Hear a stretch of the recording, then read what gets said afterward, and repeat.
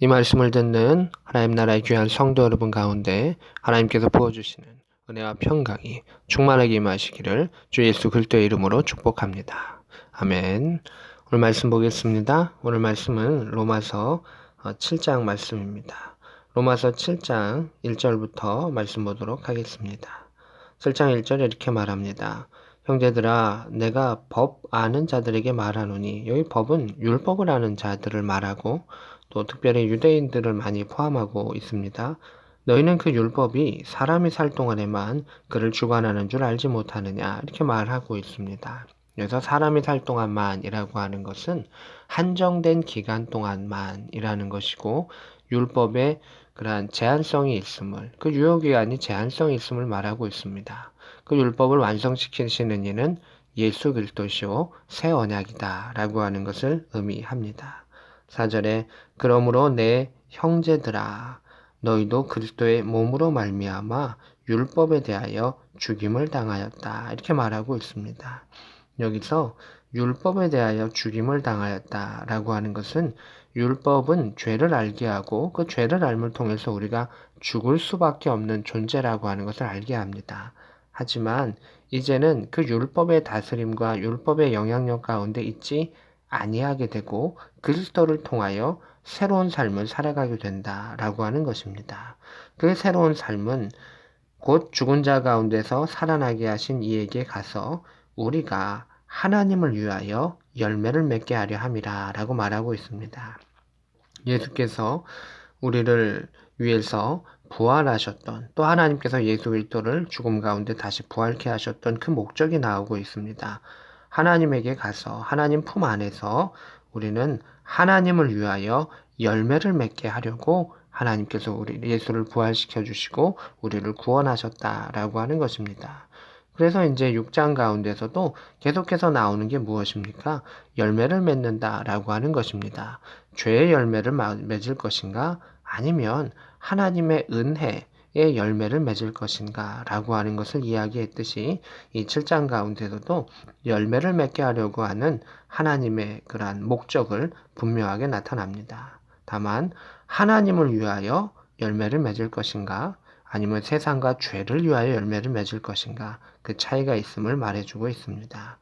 6절에 우리가 육신에 있을 때에는 율법으로 말미암는 죄의 정욕이 우리 지체 중에 역사하여 우리로 사망을 위하여 열매 맺게 하였다라고 되어 있습니다. 우리가 육신 가운데 있는 자, 그리고 율법으로 이제 죄라고 하는 것을 인식만 하는 사람들에게는 결국 죄를 지을 수밖에 없는 존재이고, 사망, 죽을 수밖에 없는 존재이고, 결국은 사망을 위하여 열매 맺는 존재다라고 하는 것을 보게 됩니다. 그래서 죄의 열매를 통해서 사망에 이르게 된다라고 하는 그 구절이 또 여기서도 이어져 가는 것을 보게 됩니다. 6절에 이제 우리가 얽매였던 것에 대하여 죽었으므로, 율법에서 벗어났으므로, 이 율법이라고 하는 건 죄를 알게 했는데 그 죄를 알게 하는 것을 통해서 온전히 죄에서 벗어나지 못함을 통해서 그것이 얽혀있다라고 하는 그 표현을 쓰고 있습니다. 율법 자체가 얽어매는 것은 아닙니다. 다만 율법이 죄를 알게 하고 깨닫게 했는데 그 죄라고 하는 것이 우리를 얽어맸다라고 하는 것을 이렇게 표현하고 있습니다. 그래서 이 부분은 오해하지 않고 잘 듣는 것이 필요합니다. 이러므로 우리가 영의 새로운 것으로 섬길 것이요 율법의 조물에 묵은 것으로 옛 것으로 하지는 않아야 한다라고 말합니다. 7절에 율법이 죄냐? 그럴 수 없다. 율법으로 말미암지 않고는 내가 죄를 알지 못한다. 율법이 탐하지 말라 아니하였더라면 내가 탐심을 알지 못하였으리라, 이렇게 되어 있습니다. 그래서 율법은 법조문과 같이 하지 말아야 될 것을 알게 하고 무엇이 죄다라고 하는 것을 알게 하는 기능만 있다라고 하는 것입니다. 이제 8절이 이제 7절 가운데 핵심의 부분 중에 하나입니다. 그러나 죄가 기회를 타서, 여기서 기회를 탄다라고 하는 것은 사냥꾼이 그 대상물을 노리다라고 하는 그런 의미를 가지고 있습니다. 우리를 호시탐탐 노리다가, 넘어지게 하려고 붙잡으려고 노리다가 계명으로, 율법을 말하는 거죠. 계명으로 말미암아 내 속에서 온갖 탐심을 이루었나니 이는 율법이 없으면 죄가 죽은 것임이라 이렇게 되어 있습니다. 이 말씀이 이겁니다.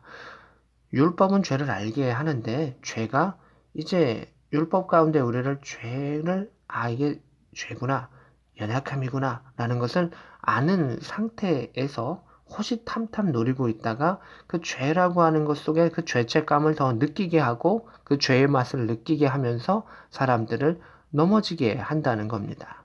전에는 그것이 죄가 뭔지도 모르고 사람들이 막 뒤섞여 있었다면 율법을 안 상태에서는 죄가 뭔지 아는 가운데서도 그 죄가 사람들을 잡아삼키려고 한다라고 하는 그런 모습 의인화하고 있습니다. 악한 영은 사람들을 호시탐탐 노리고 죄 가운데 넘어지게 하려고 한다라고 하는 것을 말해주고 있습니다.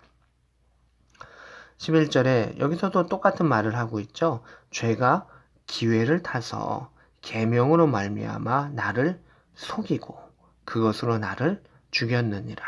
죽음에 이르게 한다라는 것을 말하고 있습니다. 죄는 우리를 노립니다. 악한 영은 늘 우리를 노리게 되고 우리 안에 그 죄성이 있음을 결국은 나를 속인다라고 말합니다. 계명으로 말미암아 나를 속인다. 계명이 나를 속이는 게 아니고 그 율법을 이용하여서 그 법이라고 하는 것을 항상 선한 자가 이용하는 것은 아닙니다. 사기꾼들도 법을 이용하고요. 또 악한 자들도 법을 이용할 수 있습니다. 죄라고 하는 악한 것이 계명을 이용하여서 율법을 이용해서 사람을 속이고 죽음에 이르게 한다라고 말하고 있습니다. 12절에 이러보건대 율법은 거룩하고 계명도 거룩하고 의로우며 선하도다. 율법 그 자체는 하나님이 세운 것이기 때문에 물론 그것만으로는 우리를 온전하게 구원에 이르게 하지 못한 부분인데 연약함도 있지만 율법 자체, 그 법률 자체는 거룩하고 하나님이 세우셨고 구별하셨고 계명도 의롭고 선한 것이다 라고 말할 수 있습니다. 13절에 선한 것이 내게 사망이 되느냐? 율법 자체가 내게 사망이 되는 것은 아니다. 오직 죄가 죄로 드러나기 위하여 선한 그것으로 말미암아 나를 죽게 만들었으니 이는 계명으로 말미암아 죄로 심히 죄되게 하려 함이라. 계명, 율법이라고 하는 것은 죄는 이것이 죄고 이것이 잘못이다 라고 하는 것을 깨닫게 하는 기능이다 라고 하는 것을 사도 바울은 한 번 더 이야기하고 있습니다. 그래서 우리는 하나님께서 왜 우리를 구원하셨는가 라고 하는 그 6장 가운데 이어지는 그 부분을 잘 주목해야 합니다. 하나님을 위하여 열매 맺는 삶을 살게 하시려고 우리를 부르셨습니다. 그런데 그 열매 맺는 삶을 살지 아니하면 결국 우리는 죄의 열매를 맺을 수밖에 없고 죄는 기회를 타서 우리를 노린다라고 하는 것입니다. 내가 하나님의 열매를 맺지 아니하면 그것으로 끝나는 것이 아니라 결국 하나님 나라 가운데 떨어져 버릴 수밖에는 없고 죄의 열매를 맺을 수 있는 그러한 존재가 되어버릴 수밖에 없다라고 말하고 있습니다. 죄는 기회를 탑니다. 죄는 사람을 노릴 수밖에 없습니다. 그래서 우리는 하나님을 바라보아야 하고 보호자요 인도자이신 하나님을 바라보아야 합니다. 오늘 주의 말씀을 통하여 능력을 함께 받을 수 있기를, 주의 말씀을 묵상함을 통하여 이 땅을 살아갈 수 있는 힘을 얻을 수 있기를, 하나님의 뜻을 알아서, 농부이신 하나님의 뜻을 알아서 믿음의 선한 열매를 맺으며 선한 영향력을 행할 수 있는 복된 저와 여러분 될 수 있기를 우리 주 예수 그리스도의 이름으로 축복합니다. 아멘.